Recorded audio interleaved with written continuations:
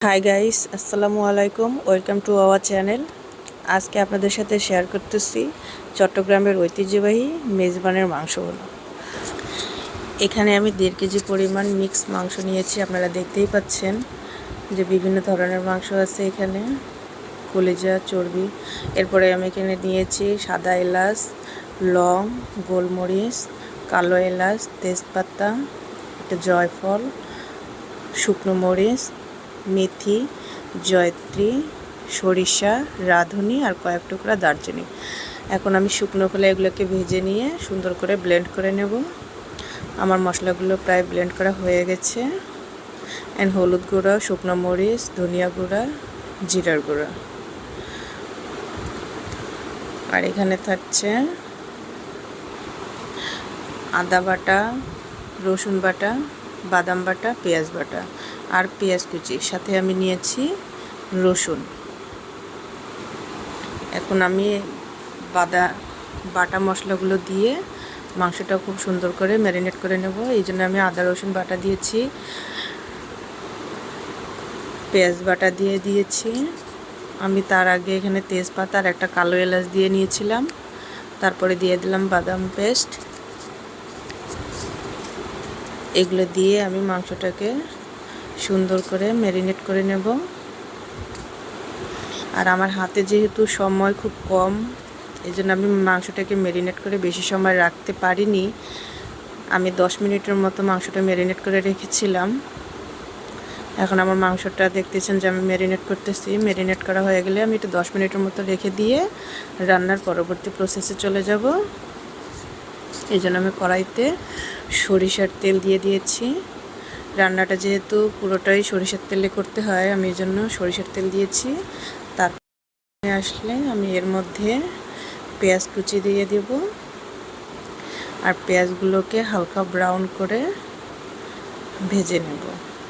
আর পেঁয়াজগুলোকে আমি কিভাবে ভেজে নিচ্ছি, পেঁয়াজগুলো হালকা ব্রাউন হয়ে এসেছে। এই পর্যায়ে আমি অ্যাড করে দেব শুকনো মরিচ, হলুদ, ধনিয়া, জিরার গুঁড়ো। এগুলো দিয়ে পেঁয়াজের সাথে খুব ভালো করে মিক্স করে নেব।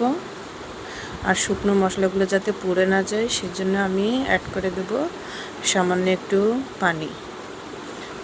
পানিটা দিয়ে আমি মশলাগুলোকে ভালো করে কষিয়ে নেব। তারপরে এখানে অ্যাড করে দেব ম্যারিনেট করা মাংসটা। এই তো আমি এখানে ম্যারিনেট করা মাংসটা দিয়ে দিচ্ছি।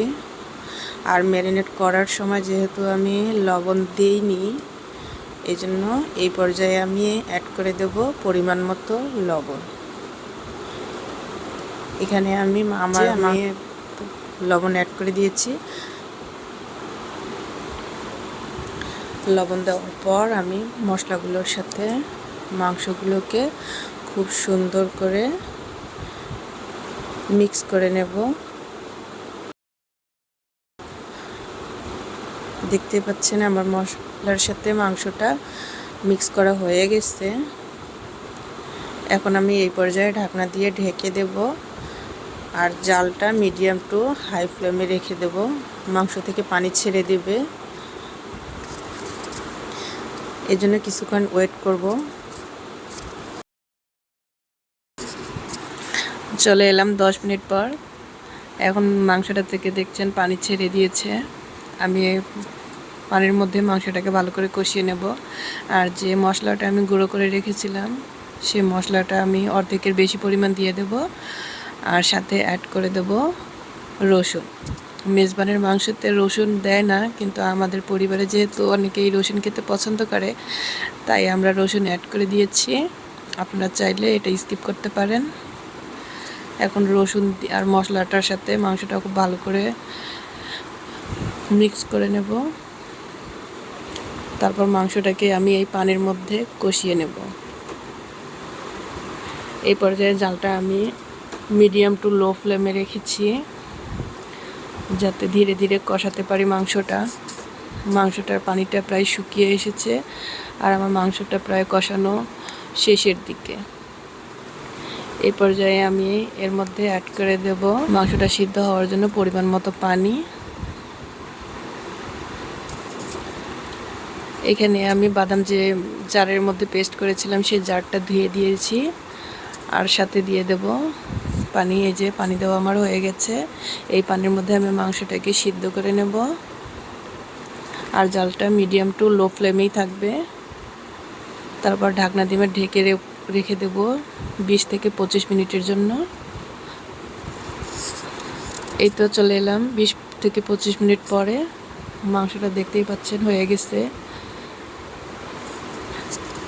কত সুন্দর একটা কালার এসেছে। মেজবানের মাংসের মধ্যে যেহেতু মশলা আর তেলটা বেশি পরিমাণে থাকে, যারা তেল মশলা বেশি খেতে পছন্দ করেন রান্নাটা অবশ্যই তাদের ভালো লাগবে। আর এখন আমি অ্যাড করে দেব স্বাদের জন্য কয়েকটা কাঁচামরিচ ফালি করে দিয়েছি।